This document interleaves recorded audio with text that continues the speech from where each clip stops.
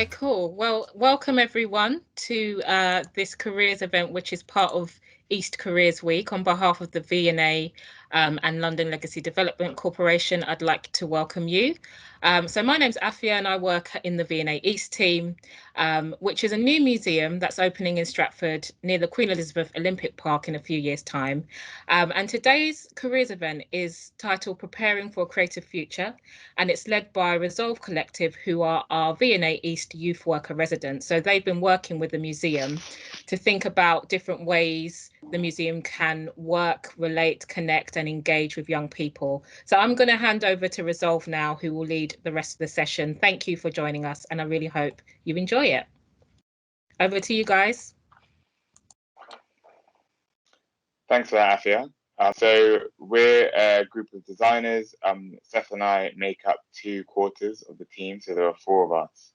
And we're just going to take you through a bit of our work and kind of our journey as well. And at the end, hopefully you guys can ask some questions about anything that you find interesting in the work and what we do.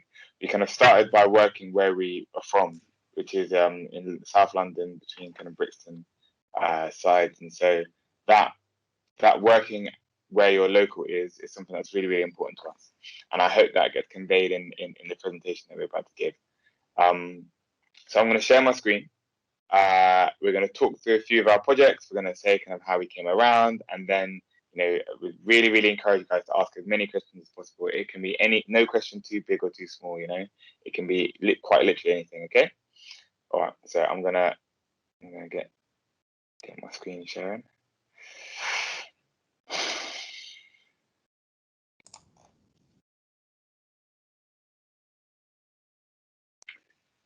And feel free to put your questions in the chat as well throughout, and we can get to them at the end. As Akil said, yeah, no questions too big or small, and nothing's too kind of ridiculous if you just want to know about the nuts and bolts of it all.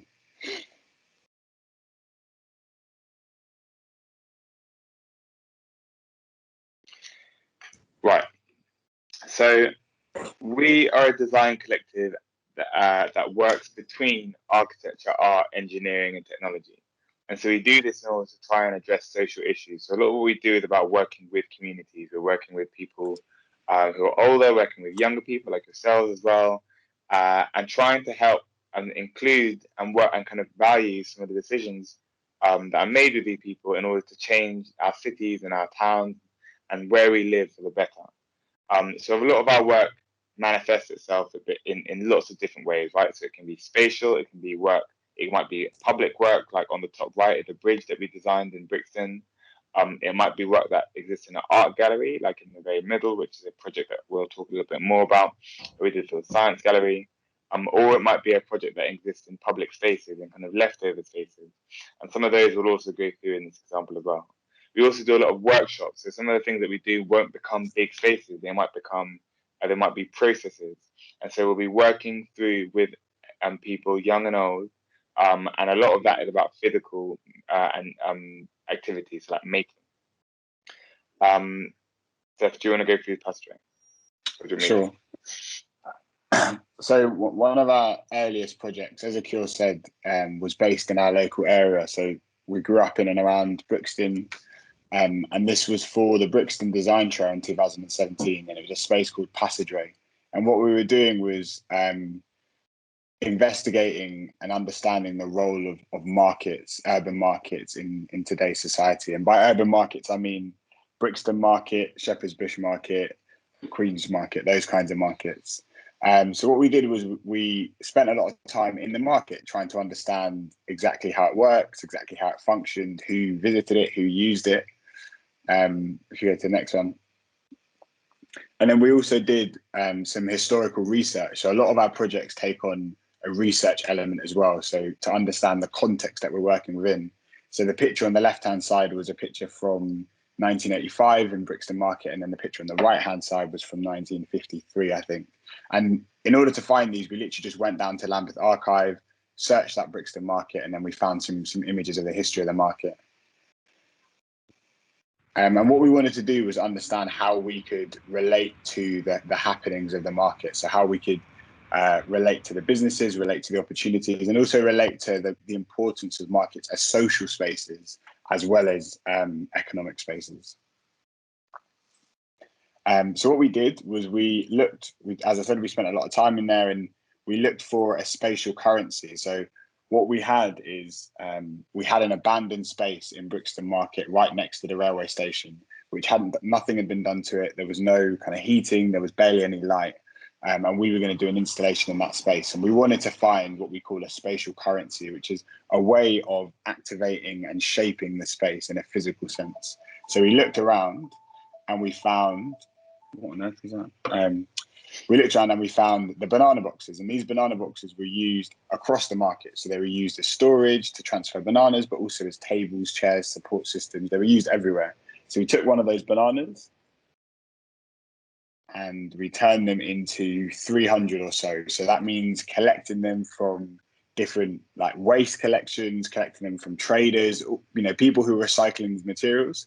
And we activated the space with these boxes, creating an installation that was exploring the importance and the value of urban markets.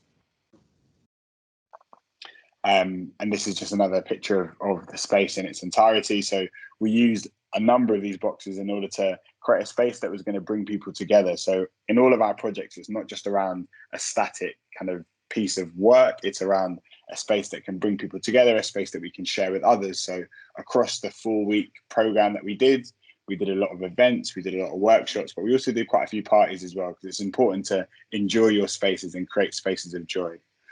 I think a hugely important part is platforming. That means platforming individuals and other organizations who are both contributing to and collaborating in the space as well. So this is a really good example. A local artist called Shola Olulade was displaying her work throughout the residency, and this is just some of her amazing work. And as I said, it's really important for us not to just think about what we can do in the space, but think about what the space can do for others, for other creators, for other practices, in order to share those opportunities. And one of the, I think, the amazing things about this project was that it continued. So it started with research, it started with understanding the area, and it got to continue with a piece of research. So what we did was we looked into detail about the material, so the material we were working with. So we looked into detail about these boxes, and we got to understand a bit about the migration of people that connects with the banana trade. So thinking about the movement of people across Central America, the US, and the Caribbean, and how that relates to the journey that we as Afro-Caribbean diaspora are connected to in some way. And we wrote a few pieces on this, we shared them around, and it was a really interesting way for us to continue the work that we'd done in Brixton. The second project we want to talk about is one that we did in 2019 in Sheffield, called The Garage. And so for this project, we were really, really influenced by this idea of people living in the same place, but in different worlds. And so a lot of that was conversation that we were having between us and with our friends, that was in the background of kind of knife crime and gang violence that was going on in our areas where we lived. But we were also really inspired by the work of an urban planner called Kevin Lynch, who did a lot of work in LA in the 60s and the 70s. And he did a work on mapping as a way of understanding how different people perceive the same city, right? And so these are studies of how different people perceive exactly the same city in LA from his work in the planning department. And so we wanted to take that mapping approach to trying to understand Sheffield, which is a city we'd been invited to for an artist residency. So as part of that, we did a lot of mapping exercises with different demographics. We did a lot of mapping with older generations, with younger generations as well. We worked with the Residents Association and 2 local schools. And we came up with a process we called emotional mapping.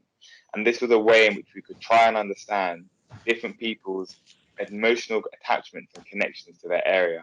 And this was a really, really handy way of us understanding Sheffield and getting a better understanding of what Sheffield meant to other people. And we could then internalize that and use that to design with. So from those mapping exercises, we then tried sort to make a exhibition, an installation, so like a physical design work in a place called Park Hill, which is a very famous estate in Sheffield. The art galleries at the bottom in the garage. And so we tried to use materials that we could only find from other galleries within Sheffield. Now, one of the ways that we design when we're designing physically is that we try and work with a process that we call using the site as a resource. And that means not only taking local materials, but also using local knowledges, incorporating and valuing the local knowledge of other people. That might be young people, old people, whoever.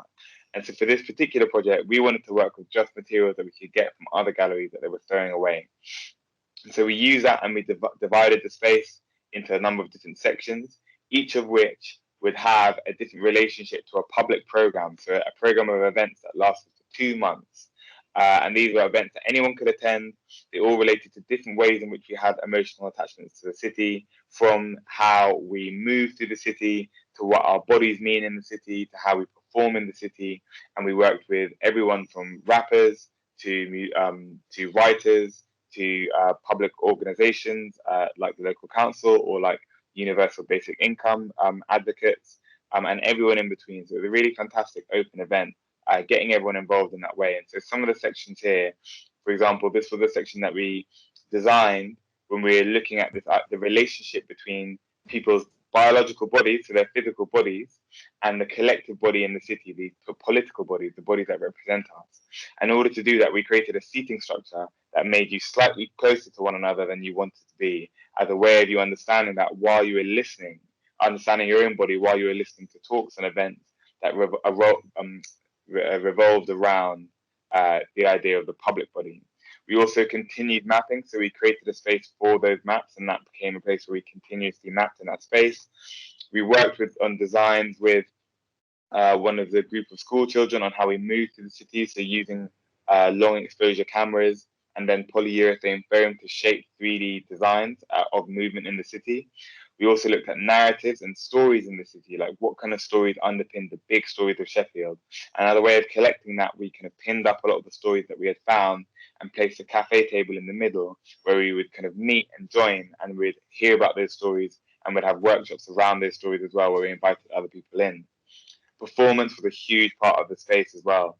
And this performing section also related to a part of the public program by which we turned the whole gallery into a performance space for a week. So any musician, any artist, anyone who had anything vaguely to do with performance who wanted to use the space during that week was free to do so. We did a number of workshops as well, and this is one of the deep listening workshops with Eyesore magazine, where we listened to some of those narratives and stories that we had talked about before in the space. And here are just some more examples of the space in action. So really packed with people and really alive a lot of the time.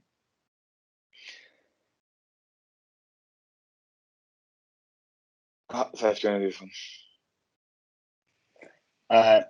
So then another project that we want to talk you through is a project called Play and Pretend, which was a curriculum and an installation that we designed for Absolutely Cultured, who are an organisation that operate in Hull. They're a cultural organisation, and they're the continuation from the UK City of Culture in 2017. And what we wanted to do was, what our brief was to investigate the city and the future of the city through the eyes of super young children, so through the eyes of children between 6 and 8. And we wanted to explore that through Pretend. So that meant developing a syllabus that could help the children explore those concepts, but also help us build an installation at the end of it that in some way encourage kids from the remainder of the city to come and interact with the work and also contribute to the work as well. So what we had to do here was, Hull was a city that we'd never been to, like we'd heard of it, but we were not familiar with it at all. So we really had to try and get to know the city. And our first approach for the first couple of weeks was really to just meet people who were working in the city, meet people who were local, meet people who had a really good understanding of how the city worked. And that could then help us introduce these themes to the young children. So we went through a series of 5 workshops, moving from transport and how we understand transport in the city, to health and well-being, to shopping, to, what was the final one? Shopping, public spaces, and then finally to a child city, which is encouraging the children to think as designers. So if you were the kind of chief designer of the city, what would you build? How would you create spaces? Who would you build for? And how might that city then look? Throughout these projects, we always try and use local knowledge, and we always try and use recycled materials. So we used boxes that we'd transferred from an exhibition that we had in the Tate, took them up to Hull, and then the kids were kind of messing around with the boxes. So there's always a really big kind of hands-on creative element in our work as well. So it's a lot about making with your hands and exploring those ideas. So throughout the project, we were also working with a sound designer. So as I said before, collaboration is a big part of our work. And the sound designer wanted to record the conversations that the kids were having about the future of Hull and project it onto a high street in Hull, so people across the city could come and listen to the imaginations of the children and what they predicted was the future of their area. So as I said, all of this work went into a space. So there was an abandoned shop in the high street, which we got to take over. And what we wanted to do was try and create a space in which other children, other families could come and contribute and also participate in some of the work that we did with this select group of kids. So we took their ideas, we took some of their workings, and we built it up into the space. So it was exploring all of the themes that we explored with them. So there was a place for children to come and read and understand about some of the themes that we were talking about. There was a space where they could come and watch the workshops in action. This was a space where they could contribute their own thoughts and understandings of the future of the city. So postcards went out to all the schools, all primary schools across Hull, where they could fill in a few questions and draw their kind of imaginary future city, which we then put up on the wall. And then finally, we displayed some of the work and tried to show some of the imaginative things and ideas that the kids got up to in the space. So this was exploring parking, and then finally, this was when we were looking at shops and how the high streets affect our city. And we created little shop fronts where we could hang up the children's designs, and you could see the kind of work that we'd done in the workshops. So I think one of the last projects we'll show, so do you reckon last or one after this? I don't know, see how this one goes, and then we'll see how this one goes. Check the vibe. So one of the last projects we'll show is a project that we had in Germany last year. And so this project, we got invited by the local gallery in a town called Braunschweig in Germany to create an artistic response to the life of an 18th century Ghanaian German philosopher called Anton Wilhelm Amo. And so this was a really amazing opportunity to really get lost in some of his work and to discover some of the histories behind Black Europeans that existed in the 18th century and even before. And so in response to this work, we created 3 different sections of the project. The first section of the project was a way in which we could give some of the work, the research that we've been doing to people, but in a really kind of accessible way, a way in which people could understand the research and understand his life as well, put themselves in his shoes. The second part was programming, so a way in which we could invite people to the space to participate in some of the research, but also to work with some of the materials that were in the space. And the last part was about the space itself. And so we, having read his work, we interpreted some of his philosophies, but in a physical way. So we used his interpretation of his philosophies to develop material processes using recycled materials that we could find from around the city, like sand, glass, fabric, and also wood. We then tested all those materials out live in the space with a group of 45 school kids from Francisfeld, which is a local school. And that became a really important fundamental starting point to how we decided to design. So we were trying to design and test materials at the same time with all the students. And it was a really, really fun hands-on process. And it really kind of lent itself to how we ended up materializing the design eventually. Here were some of the processes that we went through and some of the materials related to some of the philosophies as well. So taking really complicated philosophies and trying to make them accessible and kind of simple through these material processes and a way in which everyone could engage in these types of work. So Corona happened and we ended up not being able to complete the project at the time, and we got sent back home from Germany. But what that allowed us to do was to create a new project digitally. And so we created a website which hosted the 3 different elements of the project that I talked about last time. We were also able to do more research on the lives of Black Europeans from the 16th century to the 19th century. So really inspirational work, which ended up greatly informing the aesthetics or the look of the project. We also made the material process that we went through open source. So we made a PDF that got sent round to different people around the city and was freely downloadable. So anyone who wanted to do those processes in their home could do so. We created on the website an online resource of all the reading plus many, many more, so many that we weren't able to do in physical space because we were able to put in podcasts, videos, live screenings of things. And it was a really, really handy resource. So that website is still up now as well, and obviously freely available for all those things. And of course also programming, but programming through the digital space. So we ended up being able to complete this the space because Germany unlocked quite quickly. And so here are examples of how the things materialized. So we ended up leaving a lot of the things that had happened from the workshop in the final space as a kind of way of like celebrating what had happened and celebrating the kind of experimental way in which we were trying to work in these spaces. And here are some of the material examples of things we were doing. So taking old t-shirts and turning them back into reconstituted yarn by using circular scalpels. We turned sand into bricks by using sand and PVA glue and putting them into ovens. We use like old shards of glass and kind of combine them through a joining technique. We turned old bits of paper into bricks, and we also conjoined bits of wood using plastic heat wraps. So taking lots of bits of plastic and then applying lots of heat to them to wrap them and turn them into hard joints, as you can see from the shelf on the left. We did all of this over WhatsApp. So there was a team of people in the gallery at the time. Obviously, we were in lockdown in the UK, and so we communicated every single part of this over WhatsApp, and it was a really brilliant tool for us to try and get these things together, but also to test and to have fun with things, to see what worked, to see what didn't, while the process was going on.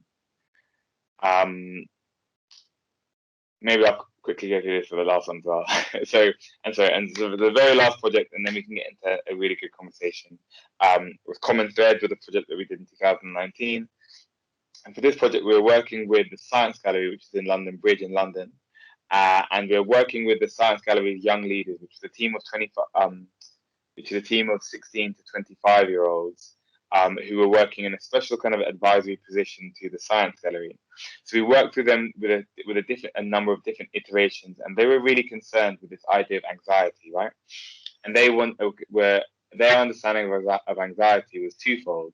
They were both concerned with anxiety as a kind of neurological phenomenon, so something that happens in your brain, and anxiety, the cultural phenomena, so something that happens collectively, the collective loss of people's identity, especially with migrant and diaspora culture in big cities. And so we worked with them through design to try and understand where these two types of anxiety cross-connect. We did a number of different really hands-on workshops, kind of using old t-shirts and cutting those into yarn. And that came about through this idea that the connection between these two anxieties existed in the physical activity. So it was this idea of weaving as a way of potentially allowing us to address our anxieties, but also reflecting what happens neurologically in our brains when we experience anxiety. And that also kind of got bolstered by conversations we were having with research at King's College London, the university at the time. We ended up making a space that was made out of this reconstituted yarn. So using t-shirts that we had taken from local charity shops, but also donated by the Young Leaders, we turned all the walls into looms through which we wove fabric that we got from different markets across London, all different markets that have a really strong diasporic or migrant identity, like Brixton Market, which we had talked about earlier. And so we wove the space, and we also created seating in the space using these cable reels that we had found from local industrial estates. And finally, what we had was a space in which people could weave through these fabrics in the space while they were physically weaving themselves through that space as well. Over time, as the weaving happened, different holes opened up in the space in the wall. So different parts started to separate, different bits started to sag as different amounts of material ended up in there. And here's a picture at the end of the space towards the end. So really, really open and dynamic. I'm kind of showing all the physical activity that happened in the space over time. So, I mean, are there any questions, or should we didn't talk much about the kind of journey, how we started and stuff, so maybe we should talk a bit about that, or unless there are any initial questions, And they can be anything, even if there's something that we said that you don't understand, or you want to know a little bit more around how we got this material, how we did this, how we did that. It's really, the floor is open. I've got a question, if that's all right. Can you hear me? I was going to say, if one of our students want to be a creative, they want to get into this kind of industry, is there any kind of hints and tips that you could give them? Thinking, so we've got a lot of students of 16, 17 or 18 that are in this group. So any kind of hints and tips would be great. Okay. So in terms of, I think the first thing is to remember, if you're trying to be a creative, is that creative exists in lots of different industries, right? And that not all creatives are artists, not all creatives are architects, not all creatives do what we do, and lots of creatives work in areas and industries that aren't thought of as being creative. So, for example, a graphic designer that works for a law firm, or a architect that's working in the public sector with health and hospitals. And so there's a real variety of what it means to be a creative. And I think the first tip I would say is don't pigeonhole yourself into thinking that if you're not an artist, if you don't use paints, if you don't use watercolors, if you're not good at drawing, then you're not a creative. Because creativity exists in lots and lots of different sectors. And whether or not you feel like your aspiration is to be a miner, or to be a bus driver, or to be a entrepreneur, or to be a doctor, to seek creativity in that. So with that, I would say that the real tip is just to remember that there is creativity in all those things. And once you remember, and once you kind of like hold that close to you, I guarantee you'll be able to do those things in really new and innovative ways, and find the joy in whatever it is you end up doing, creative or otherwise. Thank you, that's great. Any other questions from the students? You don't have to be shy. Like, I know how Zoom and Teams is, you can't even see each other, but just shout out with any question. No question too big and too small, like we said. If not, then we've probably got some questions for you guys as well. No, we've got a quiet one. Okay, well, perhaps I've got a question. Go on, Afia. If that's okay. So you said that Resolve is part you guys and part another. Like, who else works with you is my question, and kind of how do you all work together as a collective? So we've got four of us. Akil and I. Well, it started with three. So in 2016, we came together on a project, which is how a lot of creative organizations start, rather than working on a specific. Well, rather than someone like you saying, "Okay, I'm now employed as a creative," you'll get together on a project and you'll decide that this is something that you're interested in doing. So the three of us worked on that, and it was really just like figuring things out as we went along. So it wasn't really clear who was doing what, but we knew that we wanted to create something physical. We knew that we wanted to invite other people into the space. We knew that we wanted to program the space, do events, these kinds of things. 4 years down the line, we're now a little bit more formalized. So we've got Akil and I kind of lead the practice, and we lead the direction of the practice. Akil looks probably more so at design. I might look more at programming side of things as well. And then we've got an architect who works with us. So she helps us realize a lot of the spaces that we're designing and thinking about. So we've now moved into a realm where we're working in the public sector. So we're designing we're designing 2 community centres, and we're also doing some like public work, public strategies. So she is an architect, and she helps us realize some of these things. And then we've got a student who works with us as well, and she's training to be an architect, but really she is more of like an assistant on each of our projects. So I don't know if that came across, but our projects range from really like formal designs like the community centre, to more like strategic work, to individual workshops. So we've done, as Akil said at the beginning, we've done a series of workshops with certain groups. So the project assistant, she will just basically help us with the nuts and bolts of that. Help us with anything that can be done. So sometimes it might be like very operational, so like delivering things, administrative. Other times it might be super creative, so helping us with the actual ideas. All right, we've got a question. We got a question. Nazneen, would you like to ask a question? Yeah. Do you guys have any like future plans for the project? What are they? Future plans for the project. So at the moment, we're doing a lot of work on community centres. So we're designing 2 community centres in London at the moment, one in West London and one in Central London. And that's going to be way more permanent work. So one of the things about the projects that we have at the moment is that a lot of the projects that we showed that they're all temporary. So none of them exist right now. So if you were to go to those spots and try and see where they were, like in Brixton, you wouldn't find anything. You'd see no trace of those things actually existing. We have a few projects that are permanent, like the bridge, but other than that, no. And so at the moment, we're doing projects that are going to last for much longer. But I think importantly, what we're trying to do is with those temporary projects, they all had a big social impact. And so I think with the permanent project, we're going to try and retain that same amount of social impact. We're still trying to positively affect different communities. We're still trying to work in a really engaging way with different people and trying to kind of work and value local knowledge and local skills in those projects. So that's the plan. We've also got another question in the chat box. I don't know if you guys can see that. Yeah. Did your journey ever feel tedious, tiring, rather than enjoyable? Because creative careers are usually put out to be super fun. That's interesting. Yeah, all the time. But I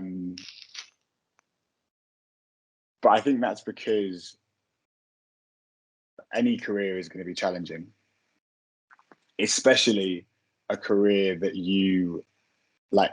I guess the term creative implies that you have some of your own identity on your work, right? You leave traces of yourself on your work. And that means it's going to be hard because you're going to find yourself in challenging situations. You're going to find yourself struggling to find the right opportunity.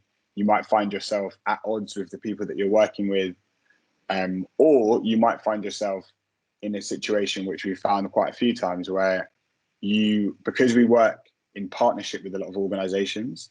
So if you take, we're working in partnership with a local authority or in partnership with a community group. And it might be quite a long-term thing. So you might be trying to achieve this thing in a year's time, but the steps to achieve it are going to be quite challenging. Sometimes they're going to be quite tiring. Sometimes they're going to be quite tedious. But I think the thing that drives you as a creative practitioner, which it sounds like you're all wanting to be, is that you find enjoyment in the process, right? You find enjoyment in some parts of the process. It might be working with people, it might be thinking about creative solutions to some of these challenging problems, or it might be actually in the end product. A lot of people find joy in what they create in the end. But there's definitely moments where it's going to be tiring and tedious. Elsa, I've got a question for you, if that's okay. What creative careers are you thinking about that are usually put out to be super fun, exclamation mark? She's going to reply to me in the chat. She's typing. Yeah, I can see. Oh, you can see, cool. Okay. The suspense is killing me. I wonder if it's going to be like architect. Bets on what it is. Artist, graphic designer. There we go. The ones where people say they love their illustration job so much as it is immediately easier for them because they like to draw. Interesting. There's more as well. I don't buy it. So what do you think, Elsa? What do you think? Yeah, I mean, I think it's completely fair. Like it can, and a lot of creative careers, you're put under a lot of pressure. You know, you do a lot of work because it's your passion, and you end up being exploited for that. You know, to the risk that you can end up being exploited for that, being underpaid for it, etc., etc., etc. But I think it's not necessarily the idea that it's not super great for many. And I would encourage for that. I also thinking about the first thing I said about being a creative in other sectors, and about creative work in other sectors. And actually, I think there's something about, at the end of the day, even regardless of whether you know, people burn out in jobs that aren't creative jobs first and foremost. And there are lots of other sectors which are, you know, you're as likely to, you know, to have to work hard, have to do this, have to do that. But I think one of the joys about creativity that is about the creative sector that is true, is that for you, there's a lot of opportunity for you to really own what you do. And that gives you a kind of sense of purpose that I think is really rare, increasingly rare today. In that when you work in a big office or when you work for wherever you do, and I think that can, you know, you can really enjoy that work too, and you might enjoy the safety and security that comes with that work. But at the end of the day, what you've done isn't yours. And I think you can, within the creative sector, regardless of how hard it is, regardless of all these things, sometimes it can be. I think that's one of the real positives about it. But I fully accept. I think some of the negatives that you raise are like really, really good ones, and also ones that are worth everyone taking into account when we think about these things. You just put one more thing in there. Also, sometimes this means not doing what you want. You make your passion something that isn't you. This would be much easier to do if you were talking, by the way, but it's all right. I'll do the reading. Your passion is something that isn't you for income, but I guess that's more an argument against capitalism. Okay, Humera is also talking about, but guys, please do feel free to actually say this rather than talking. You don't have to put your cameras on or anything, but it is much, much, much easier for Seth and I to speak to you rather than to read lots and lots of text.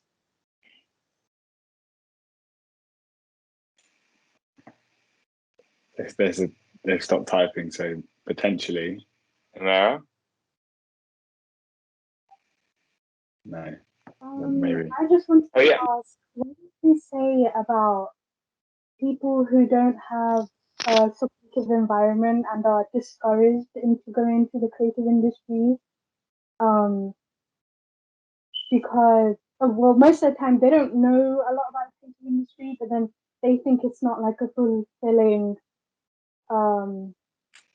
career to go into. So what would you say about that?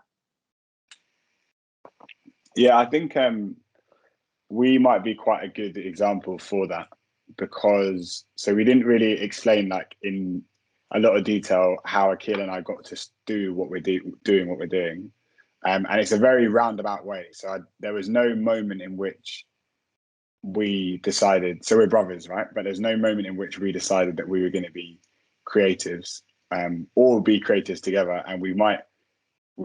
And sometimes we might not even think that of ourselves. So we both, Akil studied urban design. He started off studying architecture, ended up studying urban design. I did history, which is, you know, just a humanities subject. We then both went to work for local authorities. So Akil worked for Croydon, I worked for Lambeth. And we started to, and we were already thinking about spaces and thinking about how we could get involved in this conversation about spaces and bringing people together in spaces, and perhaps helping to positively influence areas, in particular our local area, through some of these spaces that presented opportunities for Akil and I, we just wanted to do something, right? We didn't necessarily want to do something creative. We just wanted to do something.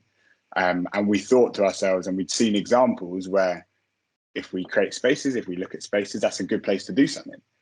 And it's always interesting to then, what you do with those spaces is then working with other people. It might be artists, so traditional creators, it might be musicians, it might just be community organizations that are looking for that space.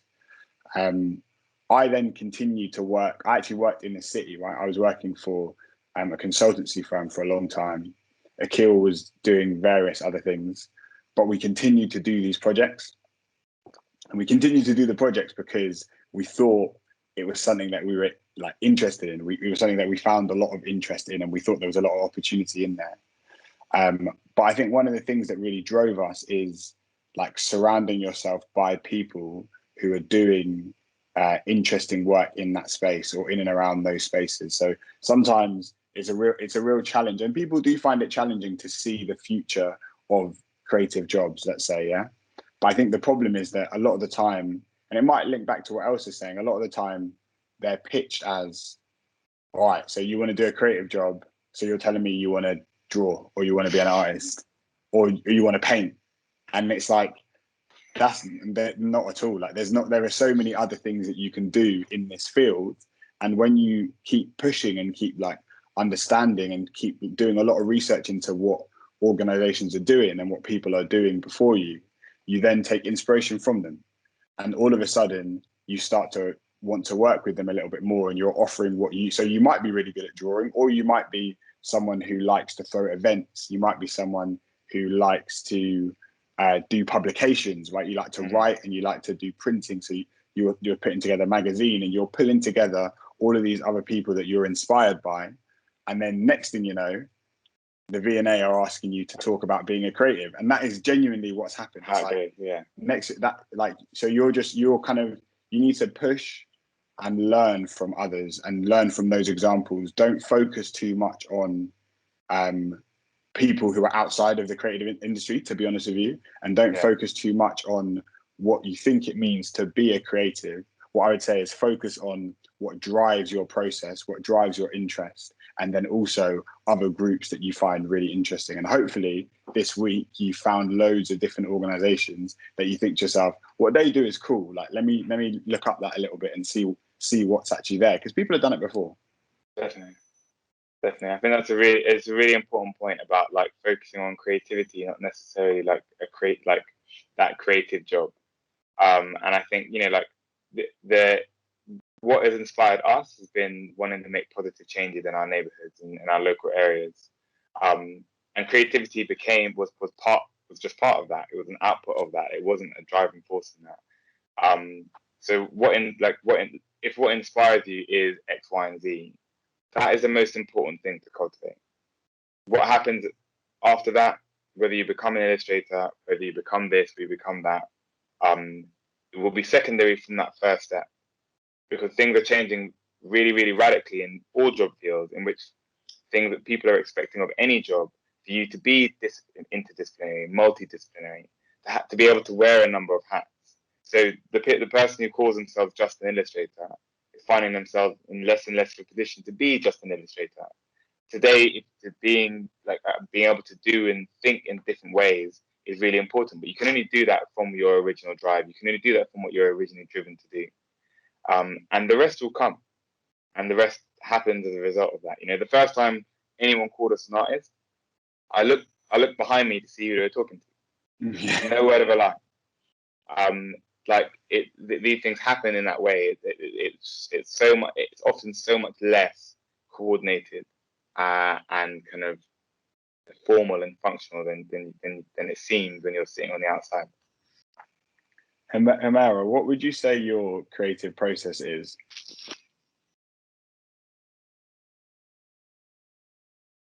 What do you mean by that?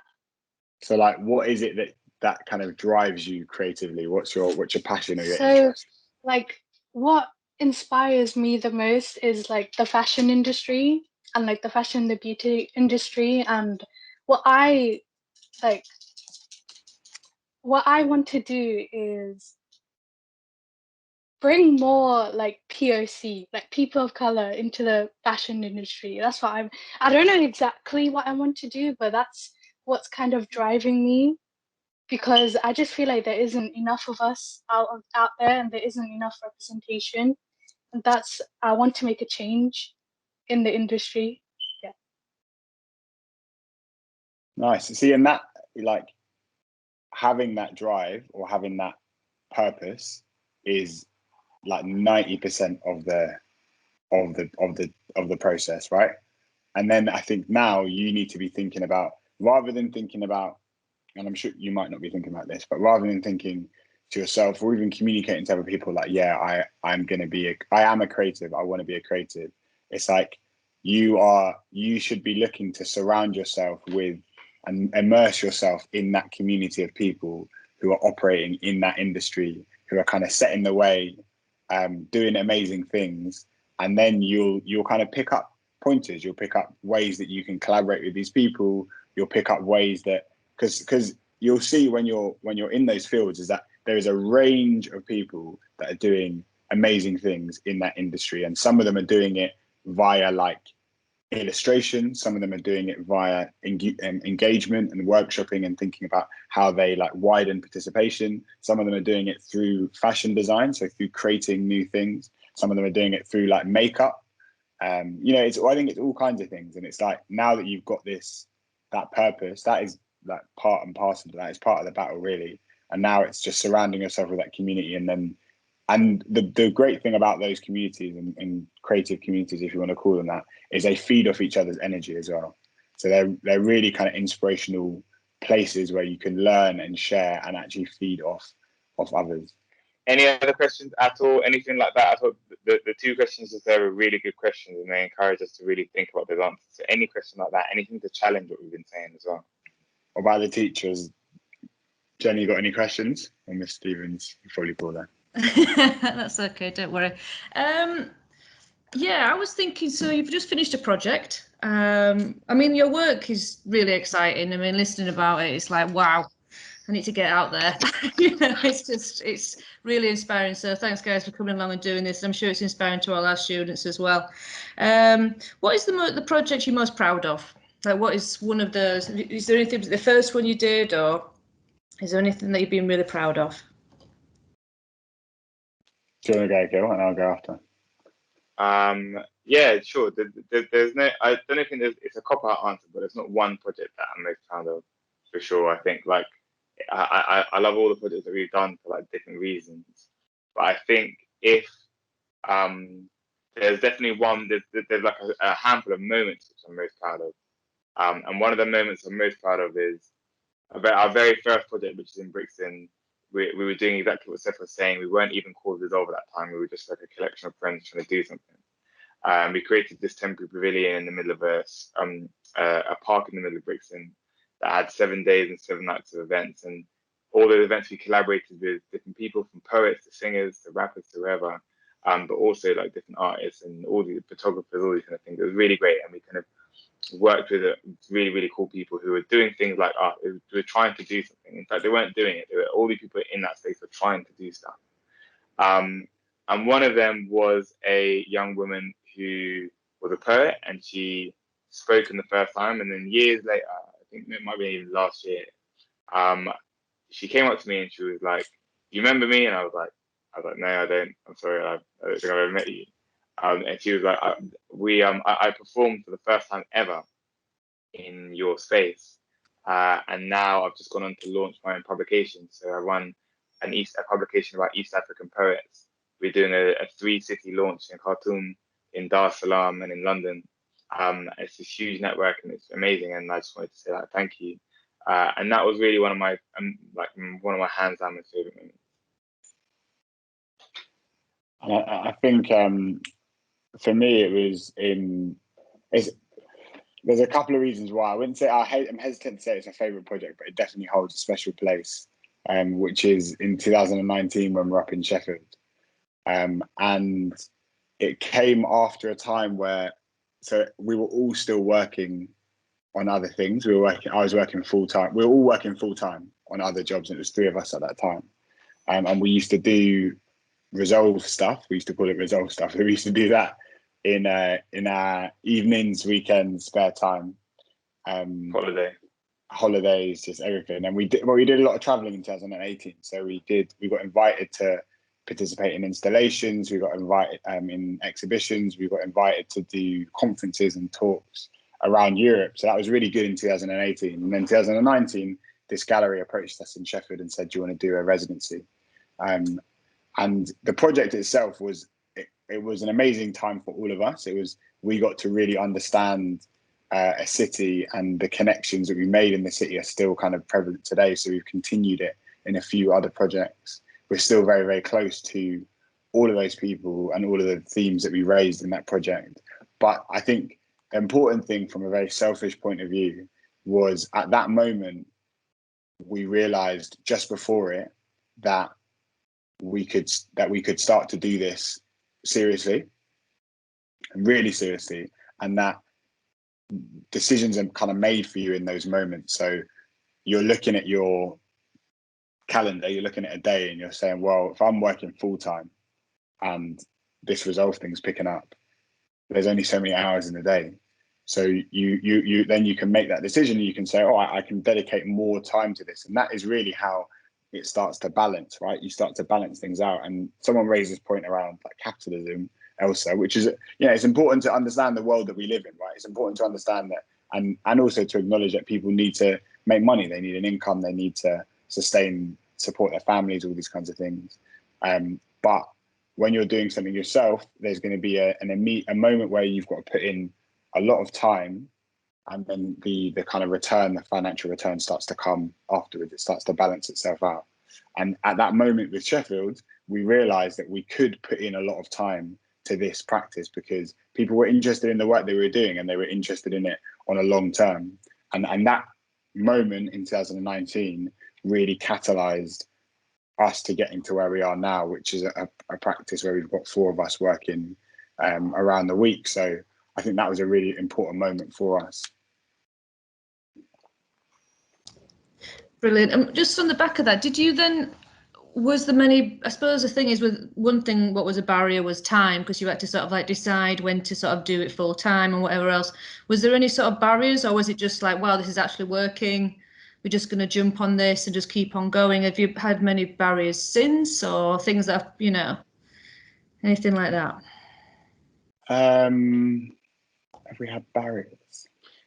Barriers in the sense that like people not wanting us to do what we're doing. Yeah, maybe, or just I don't know, funding or anything that you've come across and go, you know what, it's just not worth it. Have you ever felt like quitting? Or have you just always been like, no, this is fantastic, this is exactly what we want to do?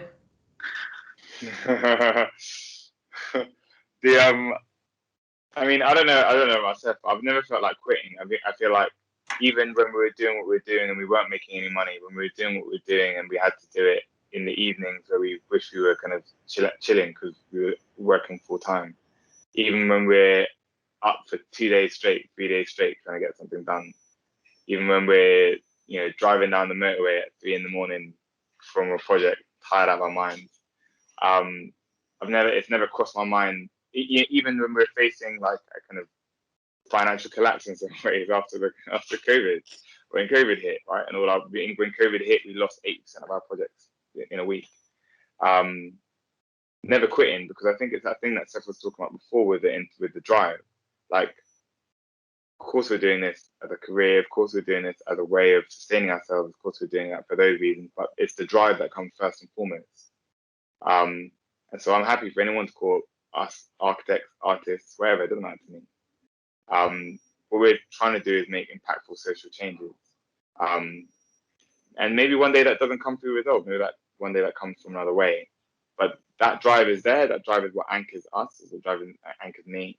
And it means that all barriers because of your race, barriers because of your age, barriers because of your background, your socioeconomic background, barriers because of the way that you speak. Like for us, those are all we can overcome. None of those can't be overcome. I would say, because we're in the mood of sharing, and this is something that we find a lot in other practices that we work alongside and work with, and all these kinds of things. And I don't know if I would encourage all of you, if you are thinking about, setting up a practice, doing something collective, doing something with people that you know and like to work with, and maybe this comes in a couple of years down the line. It doesn't need to come tomorrow. That's a really great thing to do, and it's a proper it's really enjoyable. It's a really kind of it's always, I think it's a really good way to face some of the challenges that you face, but it doesn't come without its problems and its challenges. It doesn't come without its complexities. Akil and I are lucky that we're brothers and we think very similar. But that's not always going to be the case. Like it's not, when you're doing things together with people, it's not always going to be the case. But rather than say like that's going to stop you or hold you back, if you're aware of those things now, then you just know how to manage them when they come around, because they do what it will happen is it forces you to really think properly about who you are and what you represent and what you'd like to do. And those decisions and those conversations that you have with your team and with people internally will help you in the future, and they will help you become a bit more robust. And it certainly helped us. but it's just not to fear them, and also not to like shy away from them. I feel like that's the kind of thing that I encountered a lot, you know, working with like tech practices, like, you know, the practices that end up blowing up, right? They're not afraid of those things. They're not afraid of complexities and challenges and conflicts internally, because they know that it actually helps you grow in the long run. And I think that we've always got to be aware and be sure of that as well.